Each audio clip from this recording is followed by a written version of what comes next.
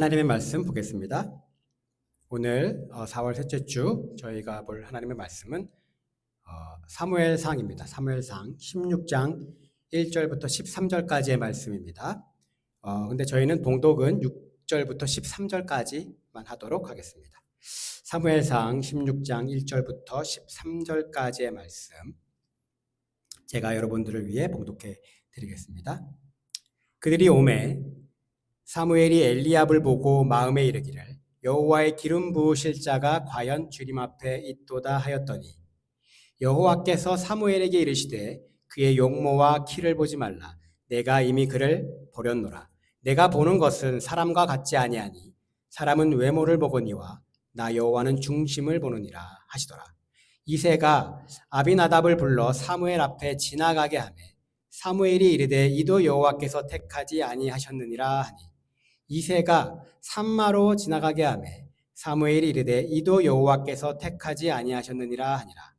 이새가 그의 아들 7을 다 사무엘 앞으로 지나가게 하나 사무엘이 이새에게 이르되 여호와께서 이들을 택하지 아니하셨느니라 하고 또 사무엘이 이새에게 이르되 내 아들이 다 여기 있느냐. 이새가 이르되 아직 막내가 남았는데 그는 양을 지키나이다. 사무엘이 이새에게 이르되 사람을 보내어 그를 데려오라. 그가 여기 오기까지는 우리가 식사 자리에 앉지 아니하겠노라. 이에 사람을 보내어 그를 데려오매 그의 빛이 붉고 눈이 빼어나고 얼굴이 아름답더라. 여호와께서 이르시되 이가 그니 일어나 기름을 부으라 하시는지라. 사무엘이 기름 뿔병을 가져다가 그의 형제 중에서 그에게 부었더니 이날 이후로 다윗이 여호와의 영에게 크게 감동되니라. 사무엘이 떠나서 라마로 가니라. 아멘. 여러분 오늘 아침에 나오실 때 거울 한번 다 보고 나오셨죠? 네. 여러분은 거울에 비친 자신의 모습을 보면서 무슨 생각을 하셨습니까? 이 정도 생기면 나름 괜찮지, 뭐 이런 생각 하셨나요? 어디 가서 뭐 안 빠지는 외모 아닌가? 뭐 그런 생각. 혹은 이거 코만 세우면 쌍꺼풀만 하면 눈 앞뒷만 하면 이거 미스코리아 뺨칠 것 같은데 혹시 이런 생각들을 하셨나요? 아니면 뭐 생기길 또 이렇게 생겼나 참 진짜 생기다 말았네 혹시 이렇게 생각을 하셨습니까? 일반적으로 여성들은 자신의 외모를 좀 낮게 평가하고 남자들은 자신의 외모를 좀 높게 평가하는 경향이 있다고 합니다. 특히 이제 많은 남자들은 이 자신의 외모가 평균 이상이다 이렇게 생각한다고 합니다. 그래서 거울을 보며 자식 괜찮네 뭐 이렇게 생각한다는 거죠.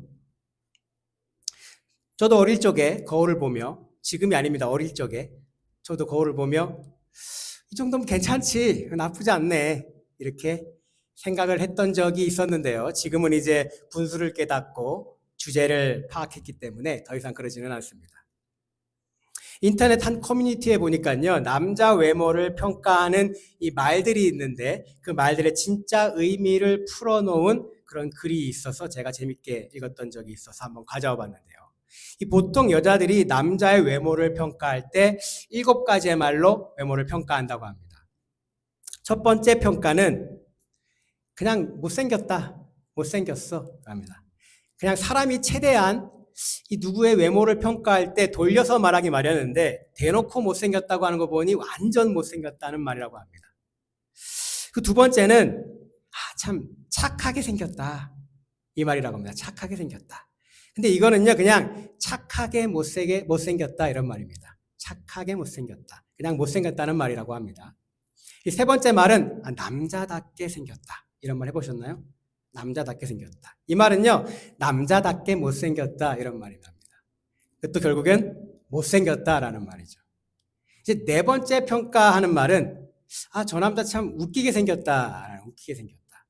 이거는요, 그래도 어느 정도 호감이 가는 그런 외모이고 노력하면 가능성이 있는 그런 외모라고 합니다. 결국에는 유머 감각이 있어서 잠시 좀 사람들에게 호감을 줄 수는 있지만 그래도 결국에는 못생긴 거라고 합니다. 이 5번째부터가 이제 평균 이상 외모라고 하는데요. 다섯 번째는 참 듬직하게 생겼다 이런 말이라고 합니다. 듬직하게 생겼다. 이거는요, 여자들이 좀 의지하고 기대고 싶게 생겼다라는 의미로 외모가 평균 이상이다 이런 뜻이랍니다. 세 번째는 우리가 잘 아는 말, 훈남이다. 참 훈남이야 이 말이라고 합니다. 이건 훈훈하게 생겼다. 말 그대로 잘생겼다라는 말이죠. 마지막으로 최고의 칭찬, 그것은 바로 주위에 참 여자들이 많게 생겼다라는 말이랍니다. 주위에 참 여자들이 많게 생겼다. 이것은요, 여자들이 너무 좋아할 만한 외모를 가지고 있다라는 의미라고 합니다. 그래서 정말 잘생겼다라는 의미라고 해요. 자, 저는 어디에 속한 것 같습니까? 웃기게 생겼다? 아니면 남자답게 생겼다? 아니면 못생겼다? 어딘가요? 자, 차라리 그냥 못생겼다라고 하는 게 낫지, 웃기게 생겼다라든지 이렇게 얘기하면 묘하게 더 기분 나쁜 것 같습니다. 네. 한 온라인 커뮤니티에서 남자들에게 자신의 이상형을 묻는 질문에 전설처럼 내려오는 한 답이 있습니다. 그 답이 무엇일까요? 그 사람에게 자신의 여성에 대한 이상형을 물어봤을 때 그 네티즌의 답이 이렇습니다. 내가 태어나서 오늘 처음 본 예쁜 여자야 이상형이라고 합니다. 오늘 태어나서 처음 본 예쁜 여자. 미국에 있는 텍사스 대학교에 이 데니얼 해머메시라고 하는 교수가 쓴 책이 하나 있는데요. 바로 미인 경제학이라고 하는 책입니다. 거기서는요, 외모가 좋은 남녀는 외모가 좋지 못한 남녀에 비해 평균 연봉이 4% 정도 실제로 높은 것으로 조사가 되었다고 합니다. 그리고요, 한국의 구직 사이트인 잡코리아에서 직장인들을 대상으로 설문조사를 했는데요. 그 설문조사에서 역시 87.9%의 사람들이 직장 생활에서의 외모는 경쟁력이 된다라고 답했다고 합니다. 이 외모가 좋으면 인생의 난이도가 내려간다라는 말 혹시 들어보셨나요? 그러니까 예쁘고 잘생기면 그렇지 못한 사람보다 인생 살기가 더 쉽다라는 말입니다. 사실요, 우리 사람은 외모를 많이 봅니다. 그죠? 어린아이들도 잘생기고 예쁜 사람을 더 선호하고요. 교회의 교인들도 훨씬 더 잘생기고 예쁜 목사님을 선호합니다. 인간이 가지고 있는 본성이 원래 그렇습니다. 이 이성을 가진 우리가요, 이 외모로 사람을 판단하는 것은 바람직하지 않다라고 계속해서 교육을 통해서 우리가 그러한 본성을 자제하기 위해 노력하는 것일 뿐이지, 실상 우리는 사람을 볼 때 가장 먼저 외모를 보는 것이 사실이고요. 그것을 통해 사람을 판단한다는 것은 그 누구도 부정할 수 없는 사실입니다. 물론 외모란 것이 눈에 익숙해져서 시간이 지나면 별거 아니다 이런 얘기 많이 하죠. 그래서 이런 말 들어보셨죠? 예쁜 얼굴 그거 오래 못 가. 예쁜 얼굴 그거 오래 못 가. 들어보셨죠? 그리고 이런 말도 들어보셨죠? 안 예쁘면 아예 못 가. 이런 말도 있습니다. 안 예쁘면 아예 못 가. 이런 말도 들어보셨죠? 이 10년 전쯤에 개봉해서 나름 한국에서 꽤 흥행한 이 곡성이라는 영화에 보면 영화 주연 배우 황정민이 유명한 대사를 하나 하는데요. 그 대사가 바로 현혹되지 마소 이럽니다. 현혹되지 마소. 네, 그럼에도 불구하고요, 우리는 눈으로 보여지는 것에 현혹됩니다. 그렇기 때문에 우리에게 반드시 필요한 것이 하나가 있는데요. 그것을 바로 안목입니다. 안목. 오늘 말씀의 제목인 안목. 이 안목의 사전적인 의미는 이 사물의 좋고 나쁨 또는 진위 여부나 무언가의 가치를 분별해내는 능력. 다시 말하면 통찰력 같은 거라고 말할 수 있을 겁니다. 저는요, 저 나름대로 이 안목을 정의해 봤는데요. 이 영어로 see the unseen이라고 정의해 봤습니다. 즉, 외모나 겉모습으로 그 사람을 판단하지 않고 보이지 않는 것, 그 사람에게 보이지 않는 것을 볼 수 있는 능력, 그것을 바로 안목이라고 저는 생각합니다. 오늘 우리가 읽은 이 본문 말씀 사무엘상 16장에서 이 16장에는 세 가지의 시각이 나옵니다. 사무엘상 16장 1절, 우리가 읽진 않았지만요, 16장 1절 본문 말씀을 보면 하나님께서 사무엘에게 자신이 사울을 버렸다, 이 새로운 왕을 세울 건데 베들레헴에 사는 이새의 집에 가서 그의 아들 중에 한 명을 왕으로 세우라, 이렇게 사무엘에게 말씀하십니다. 그런데요, 그 말씀을 보면 굉장히 흥미로운 것이 하나 있습니다. 이 이새의 아들 중에 왕으로 세울 사람이 정확히 누구인지 하나님이 말씀을 안 해주고 계십니다. 그 1절 마지막 부분에 보면요, 이렇게 말씀하고 계십니다. 내가 그의 아들 중에서 한 왕을 보았느니라. 이 굉장히 흥미로운 표현이죠. 보통 내가 그 아들 중에 한 왕을 선택했다, 아니면 요즘 말로 하면 내가 한 명을 찍었다, 왕으로 찍었다, 혹은 내 원픽이다, 이렇게가 아니라 하나님이 어떻게 지금 말씀하고 계십니까? 내가 보았느니라. 이 하나님이요, 이새의 아들 중에 한 왕을 보았다는 겁니다. 오늘 말씀의 첫 번째 시각이 바로 이 하나님의 시각입니다. 이 하나님의 말씀을 들은 사무엘은요, 앞으로 이제 왕이 될 이새의 아들을 찾으러 베들레헴에 방문하게 되죠. 이 하나님이 지시한 대로 베들레헴의 장로들에게 나 제사하러 왔어, 이렇게 얘기하고, 그 제사 자리에 이새와 그의 아들들을 이렇게 부르게 됩니다. 그리고 그들이 도착을 해요. 그들이 도착했을 때 사무엘의 눈에 가장 먼저 들어온 사람은 바로 이새의 첫째 아들 엘리압이었습니다. 그리고 엘리압을 보고 있는 지금 이 사무엘의 시각이 바로 오늘 본문에 나오는 두 번째 시각입니다. 오늘 본문 말씀 6절에서 사무엘은요, 엘리압을 보자마자 여호와의 기름 부으실 자가 과연 주님 앞에 있도다라고 그의 마음에 확신합니다. 이 엘리압을 딱 보는 순간 속으로 바로 쟤네, 하나님 당신이 보았다던 그 왕 여기 앞에 있습니다 라고 확신한 겁니다. 그럼 사무엘이 이렇게 철저하게 확신한 이유가 무엇일까요? 그 이유는 또 7절에 하나님이 사무엘에게 하신 말씀에 그 답이 있습니다. 오늘 말씀 7절입니다. 여호와께서 사무엘에게 이르시되 그의 용모와 키를 보지 말라. 내가 이미 그를 버렸노라. 사무엘은요, 엘리압의 용모와 키를 본 겁니다. 이 엘리압의 용모와 외모를 보고 그가 하나님이 이새의 아들 중에 보았던 그 왕이구나라고 사무엘이 지금 확신한 겁니다. 이렇게 볼 때 엘리압은요, 아마 외모가 굉장히 좀 출중했던 것 같습니다. 외모가 아무리 못해도 최소 훈남이다라는 소리는 아마 들었을 정도였나 봅니다. 그리고요, 키도 굉장히 훤칠했던 것 같습니다. 이 사무엘상 9장 2절에 보면요, 이 사울 왕에 대해서 이렇게 묘사하고 있는데요. 이스라엘 자손 중에 그보다 더 준수한 자가 없고 키는 모든 백성보다 어깨 위만큼 더 컸다라고 말합니다. 이 사무엘이 엘리압을 딱 보는 순간 무슨 생각이 들었겠습니까? 자신이 직접 기름 부어 세운 그 왕 사울이 떠오르지 않았을까요? 그 보는 순간 얘가 왕이구나, 사울과 비슷한 제가 하나님이 택하신 왕이구나 라고 확신했을 겁니다.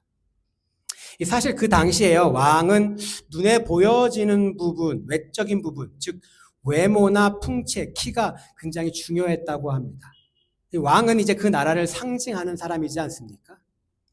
그래서 늘 전쟁에도 앞서서 나갔기 때문에 이 적대국에게 보여지는 이 왕의 외모가 굉장히 중요했다고 합니다. 이 같은 값이면 다홍치마라고요. 이 같은 능력이 있다면 이 다리가 좀 짧고 착하고 웃기게 생긴 것보다 이왕이면 얼굴도 잘생기고 키도 훤칠한 사람이 더 좋지 않겠습니까? 동의하시죠? 네, 그것이 바로 우리의 시각입니다. 이 사무엘은요, 어쩌면 너무나 당연한 인간적인 시각으로 엘리압을 바라본 것입니다. 그러나 엘리압은요, 하나님이 보았다던 그 왕이 아니었죠. 그래서 사무엘은 아비나답과 삼마, 그리고 오늘 본문에는 이름이 나와 있지 않은 그 이새의 나머지 4명의 아들들까지 엘리압을 제외하고 총 6명을 더 살펴보았는데요. 하나님이 보았다던 그 왕이 없는 겁니다. 그래서 이상에서 사무엘이 이새에게 묻습니다. 내 아들들이 지금 다 여기 있는 겁니까? 그러자 11절에서 이새가 이렇게 대답하죠. 아직 막내가 남았는데 그는 양을 지키나이다. 아직 막내가 남았는데 그는 양을 지키나이다. 여기에서요, 우리가 오늘 본문 말씀에서 발견할 수 있는 마지막 세 번째 시각이 있습니다. 그것은 바로 이새와 그의 아들들이 이 막내를 보고 있는 바로 그 시각입니다. 여기서 이 막내가 다윗이라는 것을 우리는 이미 다 알고 있습니다. 그러나 아직 성경에는요, 이 다윗이라는 이름이 등장하지 않았습니다. 그는 이름도 밝혀지지 않은 채 사무엘상 16장 11절에서 성경에 처음으로 등장합니다. 그런데 그의 아버지와 그의 형제들은 그를 다윗이라는 이름으로 부른 것이 아니고 그냥 막내라고 부릅니다. 여기서 이 막내라는 단어는요, 히브리어로 하카톤이라고 하는 단어입니다. 이 단어에는 하찮고 그다지 중요하지 않은 사람이라는 그런 의미가 담겨 있습니다. 이 중요한 자리에는 오지 못하는, 중요한 자리에는 빠져도 되는, 그저 집안에 중요하지 않은 꼬마에 불과했던 것이죠. 다윗에게 7의 형들만 있었을까요?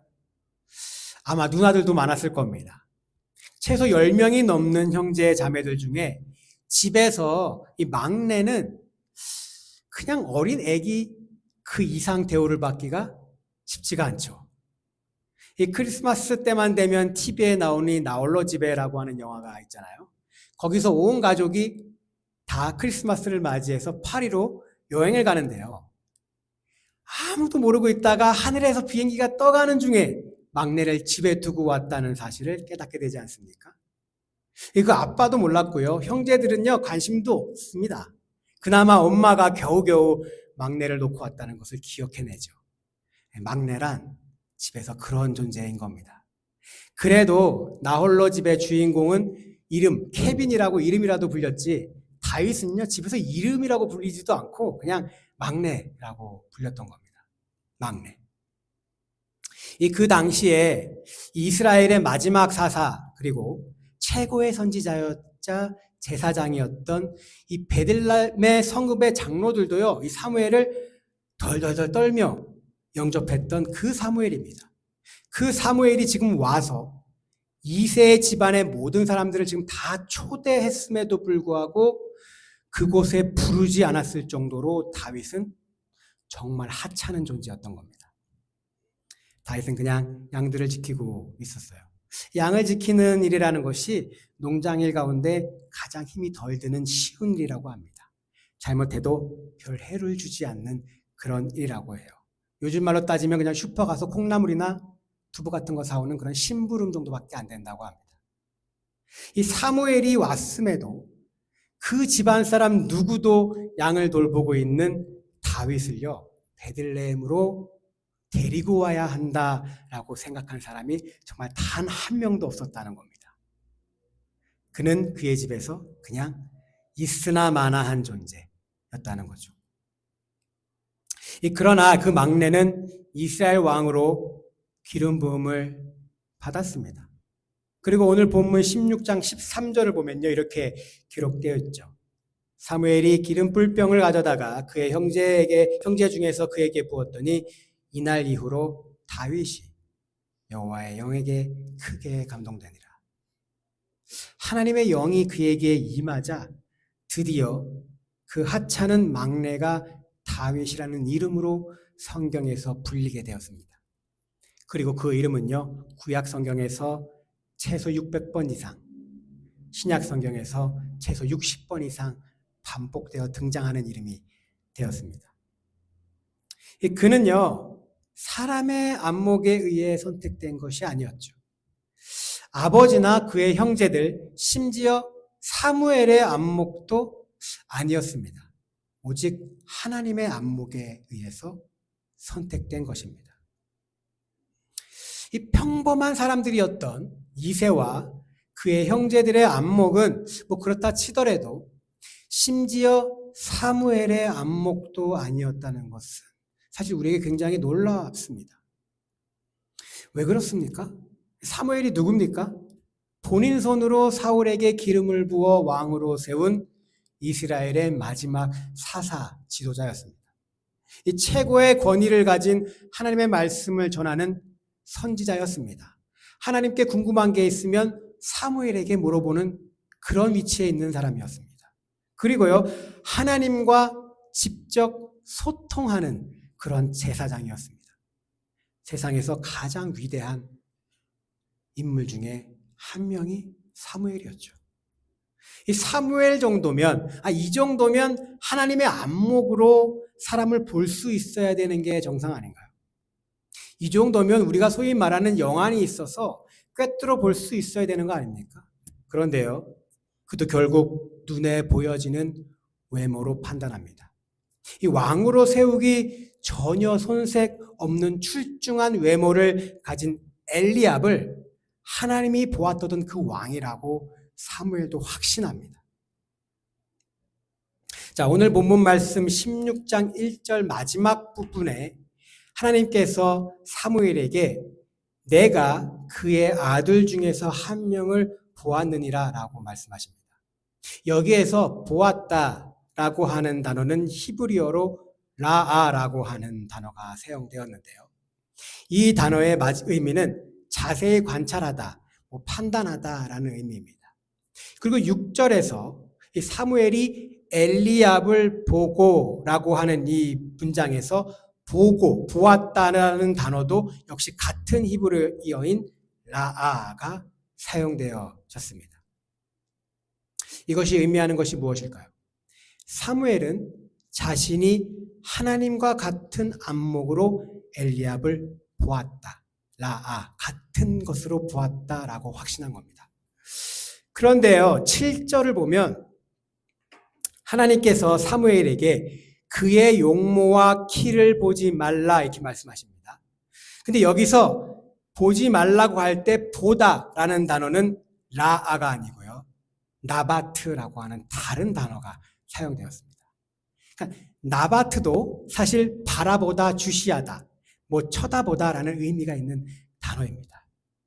그런데요, 사무엘은 라아, 즉 하나님과 같은 시각으로 엘리압을 보았다고 확신했지만 하나님은 사무엘에게 너는 라아로 본 게 아니고 너는 나와는 다른 나바트라는 안목으로 엘리압을 보았다 이렇게 말씀하고 계시는 겁니다. 사무엘도 결국 인간인 것이죠. 그는 하나님의 안목으로 보았다고 확신했지만 아니요, 사람의 안목으로 보았던 겁니다. 사람은 눈에 보이는 외모를 봅니다. 7절에 보면 하나님께서 사무엘에게 말씀하시죠. 내가 보는 것은 사람과 같지 아니하니 사람은 외모를 보거니와. 하나님도 사람은 외모를 본다 이렇게 말씀하고 계십니다. 그렇다면요, 우리가 생각해 봐야 할 게 있습니다. 그럼 하나님의 안목으로 본다는 것은 그럼 무슨 의미일까? 하나님께서요, 사무엘에게 이렇게 말씀하시죠. 나 여호와는 중심을 보느니라 라고 말씀을 하십니다. 우리가 너무나 잘 아는 말씀이죠. 근데 하나님은요, 중심을 보십니다. 중심. 그럼 이 중심을 본다는 것의 진정한 의미는 무엇일까요? 도대체 하나님은 사람에게서 무엇을 보신다는 의미일까요? 이 한국어로 중심이라 이렇게 번역된 단어는요, 히브리어로 레브 혹은 레바브라고 하는 단어인데요. 이 단어는 심장을 말합니다. 심장 혹은 마음을 뜻하는 단어입니다. 즉 하나님은요, 사람의 속마음, 눈에 보이지 않는 마음을 보신다는 의미입니다. 다시 말하면 우리 눈에 보이는 겉모습과 행동의 결과, 무언가 우리가 하는 행동을 보는 것이 아니고 왜 그 행동을 했는가, 즉 그 행동의 원천인 그 마음을 보신다는 의미라고 볼 수 있습니다. 물론 한국말 번역 중심이라는 것도 참 너무 좋은 번역이라고 저는 생각하는데요. 이 원어와 히브리어의 의미적으로 가장 가까운 단어를 만약에 저보고 우리말에서 찾아보라 한다면 저는 동기라고 하는 단어를 말할 것 같습니다. 동기. 모든 사람은요, 이 동기에 의해서 움직입니다. 동기에 의해서 생각하고요, 동기에 의해서 말하고, 동기에 의해서 행동하기 때문입니다. 하나님이 보았다는 그 중심, 그것은 바로 다윗의 동기였다는 겁니다. 다윗이 왜 사는지, 다윗이 왜 날마다 그렇게 애쓰고 노력하는지, 왜 다윗이 그렇게 최선을 다해서 양을 돌보고 있었는지, 그의 존재와 그의 인생의 동기, 그것을 하나님이 보았다는 겁니다. 사도행전 13장 22절을 보면요, 다윗을 이렇게 평가합니다. 우리가 너무 잘 아는 말씀이에요. 내가 이새의 아들 다윗을 만나니 내 마음에 맞는 사람이라 내 뜻을 다 이루리라. 예전에 우리가 쓰던 개역 한글로 보면 이 부분을 내 마음에 합한 사람이라 이렇게 번역해서 우리가 이렇게 잘 알고 있죠. 우리가 잘 아는 표현으로 성경은 다윗을 하나님의 마음에 합한 자 이렇게 평가합니다. 그런데요, 하나님의 마음에 합한 자라는 것은 성품이 착한 사람을 의미하는 게 아닙니다. 인생에서요, 실수나 죄를 저지른 적이 없는 삶을 사는 사람을 의미하는 것도 아닙니다. 그게 기준이 되는 것이 아니에요. 그의 인생의 동기가 어디에 있는가? 네가 하는 그 일의 동기가 어디에 있는가? 즉 그의 삶과 행동의 동기가 하나님의 마음에 합하는가? 하나님의 마음에 맞는가가 바로 그 기준이라는 겁니다. 사람들은요, 저마다 자기 나름의 동기를 가지고 살아갑니다. 그리고 하나님은요, 우리의 외모가 아닌 그 동기를 보신다는 겁니다. 하나님은 교회에 예배를 드리러 나오는 우리의 외모와 그 행위를 보는 것이 아니고요, 예배를 드리러 나오는 그 속마음, 그 동기를 보신다는 겁니다. 교회 건물의 모습이 화려하고 현대적이고 깔끔하고 예배당이 넓고 화려하면 사람들이 많이 올 것은 분명합니다.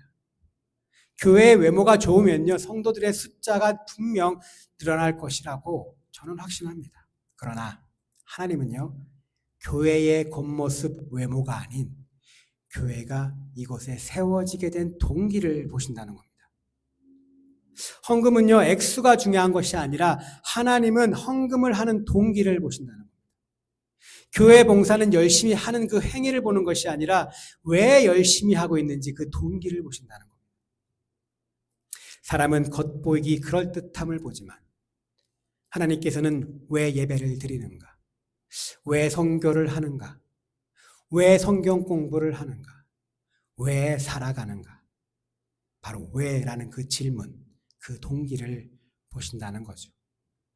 있으나 마나한 이 하찮은 이 막내였던 이 다윗에게는 하나님의 마음에 맞는 그 동기가 있었던 것이고 그것을 하나님이 보셨던 겁니다.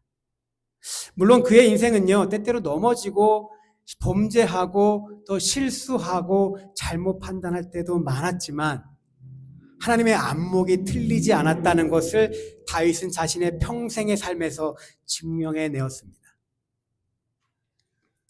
그러나요, 문제가 하나 있습니다. 우리는 하나님이 아니고 단지 사람이기 때문에 절대 하나님의 안목으로 사람의 마음을 볼 수가 없다는 겁니다. 여기 혹시 제 마음을 읽을 수 있는 분 계시면 한번 손 들어 보실래요? 제가 지금 무슨 생각하고 있는지. 그 위대한 사무엘도요, 하나님의 안목으로 보지 못했습니다. 그런데요, 최종적으로는 사무엘은 하나님의 안목으로 다윗을 알아보았습니다. 다른 사람들은 모두 별 볼 일 없는 하찮은 막내로 볼 때 사무엘은 그들의 막내를 이렇게 봅니다. 빛이 붉고 눈이 빼어나고 얼굴이 아름다운 다윗으로 보았다는 겁니다.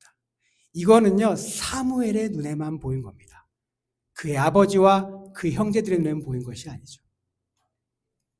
그렇다면 엘리압의 외모를 보고 하나님이 선택한 왕이 바로 여기 있다 이렇게 확신한 이 사무엘이 어떻게 다시 하나님의 안목으로 다윗을 알아볼 수 있었을까요? 이 사무엘은요, 나바트라는 단어로 외모로 보던 자신의 실수를 인정합니다. 자신의 시각을 바꿔서 하나님의 안목으로 다시 신중하게 그의 아들들을 보기 시작했습니다. 이 자신의 안목이 확실하다고 주장하지도 않고요, 자신의 안목을 고집하지도 않았다는 겁니다.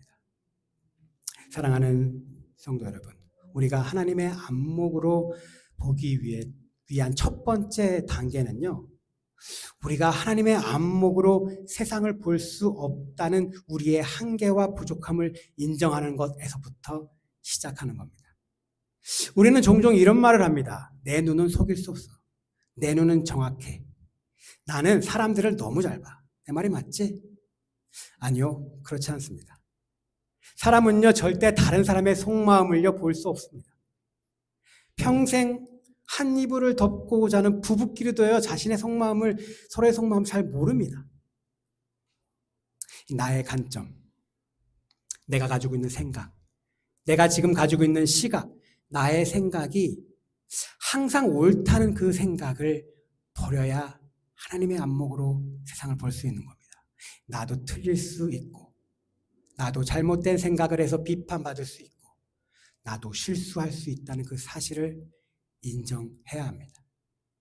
섣불리 판단하지 않고요, 어떤 것도 단정 짓지 않고 다른 사람의 생각과 마음을 함부로 판단하지 않고 사무엘과 같이 결정권자인 하나님께 모든 것을 맡기고 사람들이 그 자리에 있는지 없는지도 관심도 없었던 그 하찮은 막내를 하나님이 주시는 그 확신을 기다리고 또 기다렸을 때 결국 그나마 조금 하나님의 안목으로 사람을, 세상을 바라볼 수 있다는 겁니다. 한국의 국립박물관에서요, 34년간 큐레이터로 일했던 이내옥이라고 하는 분이요, 이 안목의 성장이란 책을 썼는데요. 그 책의 부제목이 아름다움을 보는 눈은 어떻게 자라났는가, 이런 제목입니다. 이 박물관 큐레이터로서 얼마나 아름다움을 보는 안목을 가지기 위해 수많은 노력을 했겠습니까? 그리고 이 사람은 이 책에서 이런 내용을 싣고 있습니다. 이 공자는 나이 50에 1000명을 안다고 했다. 1000명이란 참으로 현학적인 개념이다.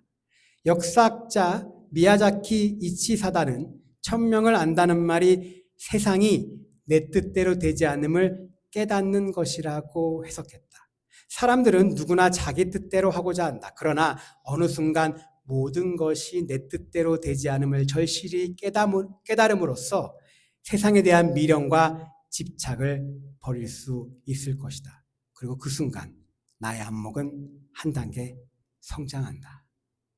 이 내가 확실하다고 믿는 그 관점, 그 시각에 대한 미련과 집착을 우리가 버릴 때 우리의 안목은 한 단계 더 성장할 수 있다라는 겁니다. 이 사무엘이 엘리압을 하나님이 선택한 왕이 확실하다는 자신의 관점과 생각, 믿음, 그 안목을 버릴 때 존재 가치가 없었던 막내가 빛이 붉고 눈이 빼어나고 얼굴이 아름다운 다윗으로 보이게 되었던 것이죠. 하나님의 마음에 맞는 동기로 평생을 살아가고자 노력했던 그 속사람 다윗을 보게 되었다는 겁니다. 사랑하는 성도 여러분, 하나님은요, 우리의 동기를 보십니다. 우리가 하나님의 안목으로 본다는 것은 다른 사람의 외모가 아닌 그 사람의 중심, 즉 동기를 본다는 겁니다. 그러나 20년, 30년 믿음 생활 열심히 했다고 해서, 그리고 저같이 목사가 되었다고 해서 하나님의 안목으로 사람을, 세상을 볼 수 있는 것은 아닙니다. 우리의 고집, 아집과 편견, 세상적인 경험으로 성장시켜왔던 우리가 가지고 있는 이 안목을요, 버리고 섣불리 판단하지 않고 최대한 신중히 하나님의 마음을 보려고 노력해야 조금이나마 우리가 하나님의 안목으로 세상을, 그리고 내 옆에 있는 이 사람들의 마음을 우리가 볼 수 있을지 모르겠습니다. 그러나 우리가 하나님의 안목으로 다른 사람의 중심을, 동기를 정확히 볼 수 있다는 그 생각은 반드시 보아야 합니다. 그렇지만요, 우리가 한 가지 할 수 있는 것이 있습니다. 이 다른 사람이 나에 대해서 어떻게 평가하든지 내가 하나님의 마음에 합한 동기를 가지고 살기 위해 노력하는 것. 즉 하나님의 안목에 합한 사람이 되기 위해 노력하는 삶을 살아가는 것은 우리가 스스로 할 수 있는 일입니다. 그렇다면 사람들의 눈에는 보이는 외모로 나를 판단할지 모르지만, 내가 겉으로 보여지는 그런 모습으로 우리의 믿음을 판단할지 모르지만, 분명 하나님은 우리를 하나님의 마음에 합한 자들이라 평가해 주실 것입니다. 우리 교회도요, 겉으로 보이기는 외모는 정말 별 볼 일 없어 보일지 모르지만 하나님이 눈여겨보는 중심, 하나님 마음에 합한 동기를 가지고 나아간다면 하나님이 분명 우리 교회를 하나님의 마음에 합한 교회다 이렇게 평가해 주실 것이고요. 하나님의 필요를 위해 우리 교회를 들어 사용하실 것이라 저는 확신합니다. 그때까지 다윗이 인생을 통해 하나님의 합한 자란 평가를 들어 하나님의 안목이 틀리지 않았음을 증명한 것과 같이 우리도 하나님의 자녀로 부르시고 이곳에 교회를 시작하게 하신 이 하나님의 안목이 틀리지 않았음을 하나님의 마음에 합한 동기로 증명하는 우리와 우리 교회가 되기를 오늘 주님의 이름으로 간절히 축복합니다.